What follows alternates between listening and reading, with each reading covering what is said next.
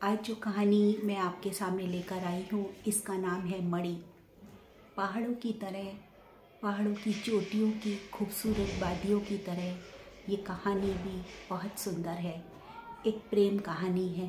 तो चलिए आइए सुनते हैं कहानी मणि।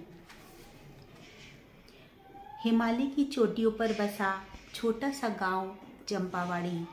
उसकी एक तरफ चीड़ के लंबे घने वृक्ष थे तो दूसरी तरफ सांप की तरह घुमावदार नहर, जो दूर से देखने में ऐसी प्रतीत होती कि जैसे उस नहर ने स्वेच्छा से चंपावाड़ी को अपनी गोद में उठा रखा हो। लकड़ी के बने हुए छोटे छोटे मकान और छोटा सा बाजार, बस यही था प्रीतमपुर का पूरा विवरण। यहाँ आकर ऐसा लगता मानो जिंदगी 20-25 बरस पीछे छूट गई हो। आधुनिकता के नाम पर इक्का दुक्का टेलीविज़न जरूर थे। गांव के सीधे साधे भोले भाले लोगों से मिलकर नहर के ऊपर एक अस्थाई पुल बना दिया गया था ताकि मुख्य सड़क तक पहुंचना आसान हो जाए, वरना तो सड़क तक पहुंचने में 20 से 30 मिनट लग जाते थे। गांव के बाहर मुख्य सड़क के निचली ढलानों पर 2-4 बांस बल्लियों के होटल नुमा रेस्तरां बने हुए थे, जहां अक्सर आने जाने वाले थकान उतारने के लिए कुछ पल सुस्ता लिया करते थे। उसमें से एक रेस्तरां बंसी का भी था। बंसी के हाथ के मसाले वाली चाय दूर दूर तक मशहूर थी। लोग विशेषतः उसकी चाय पीने ही वहाँ रुका करते थे। अगर किसी को पहाड़ों की सैर करनी हो तो उसकी व्यवस्था भी बंसी के पास थी। उसकी एक बेटी थी मणि, जो बहुत खूबसूरत थी। दूध की तरह सफ़ेद रंग, गुलाबी गालों के ऊपरी हिस्से से झांकती छोटी छोटी आँखें, लंबे घने और जल भरे मेघों की तरह काले बाल। कद तो समान ही था। आमतौर पर पहाड़ी क्षेत्रों पर बसने वालों का कद अपेक्षाकृत कम ही होता है।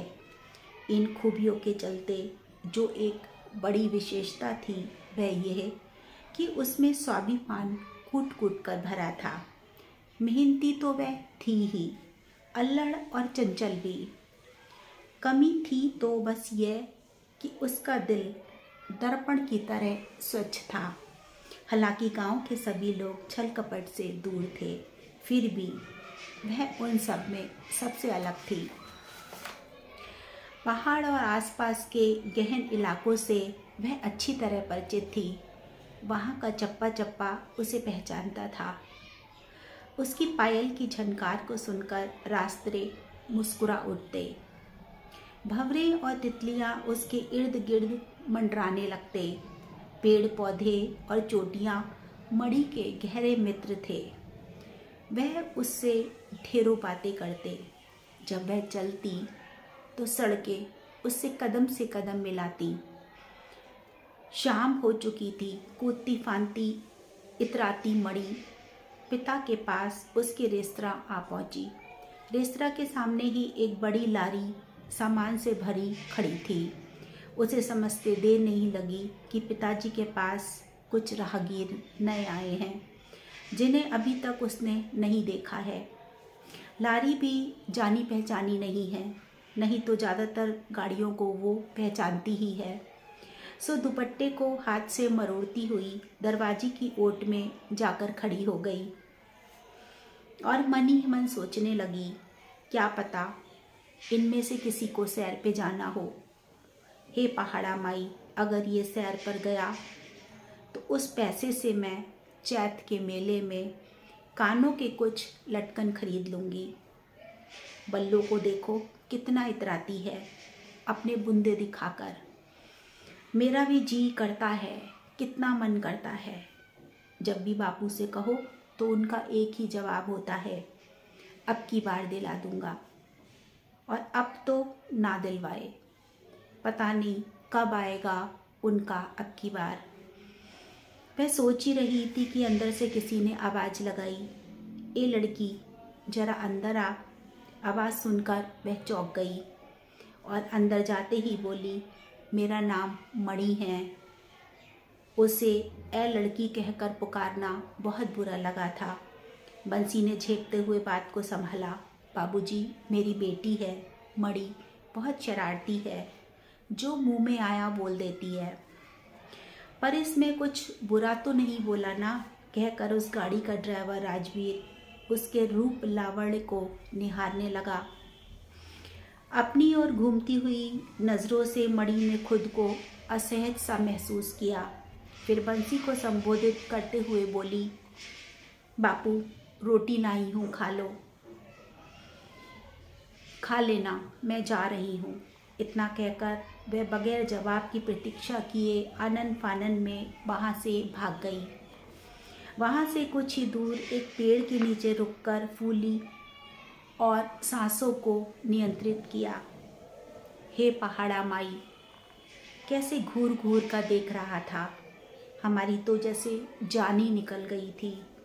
ए लड़की, इधर आना, कैसे बोल रहा था, पागल कहीं का। उसकी सुडौल सुंदर नाक पर बड़ा सा गुस्सा झलक रहा था, जिसने उसकी खूबसूरती को और भी बढ़ा दिया था। राजवीर मणि को देखता रह गया था। वह अभी भी उसके ख्यालों में खोया हुआ था। उसने बंसी से पूछ ही लिया, ये तुम्हारी बेटी थी बंसी? हाँ बाबू, ये मेरी इकलौती बेटी है। बेटी क्या, बहुत शरारती लड़की है, पर दिल की एकदम सच्ची। मुसाफिरों को पहाड़ों की सैर कराती है। यहाँ का चप्पा चप्पा उसे पहचानता है। आपको सैर पर जाना हो तो बता देना। बिल्कुल बताऊंगा। इस लारी के सामान को पहले ऊपर पहुंचा दूं, जल्दी लौटूंगा, तब रुकूंगा और सैर भी करूंगा, कहकर राजवीर लारी को लेकर निकल गया। लेकिन मणि की तस्वीर उसके जहन में ऐसी बस गई थी जैसे गुलाब की पंखुड़ियों में इत्र। दोस्तों, कहानी मणि का पहला भाग आज हम यहीं पे समाप्त करते हैं। कल फिर मैं आपके सामने इसका दूसरा भाग लेकर उपस्थित होंगी। तब तक के लिए आप सभी को राधे राधे।